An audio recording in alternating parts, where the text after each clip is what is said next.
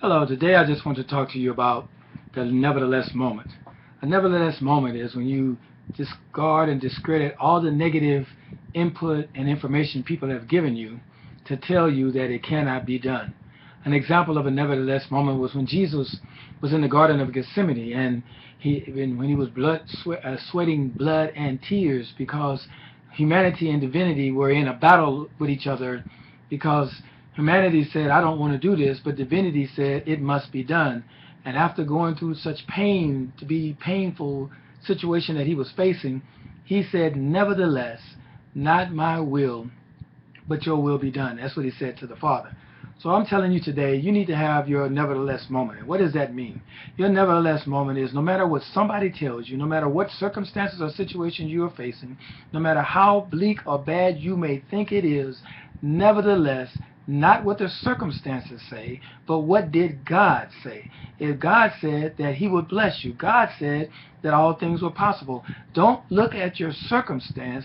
Have your nevertheless moment where you said, nevertheless, I trust in him. Nevertheless, I trust him when I can't trace him.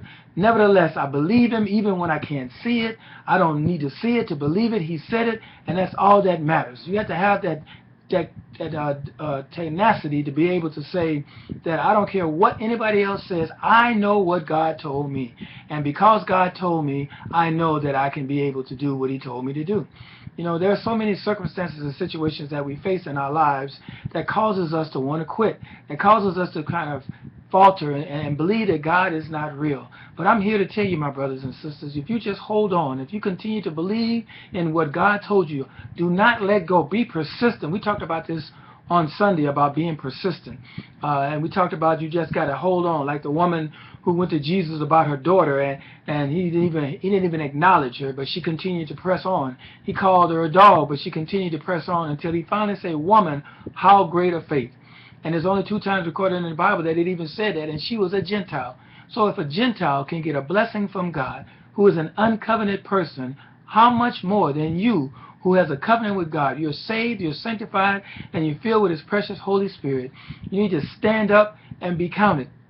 Today I had to take my car in to have something minor repair done to it. And as I was standing outside waiting for a ride to pick me up, a little dog, not a big dog, just a little dog, was running up and down the streets, and he ran up to the sidewalk where I was at, and he started to bark. Now, you know, I don't like dogs, but it's a little dog, and he was barking and all that. All I did was clap my hands at him, and he took off like a light. And that let me saw something in the spirit. The devil is just like that little dog that's got a lot of bark but no bite.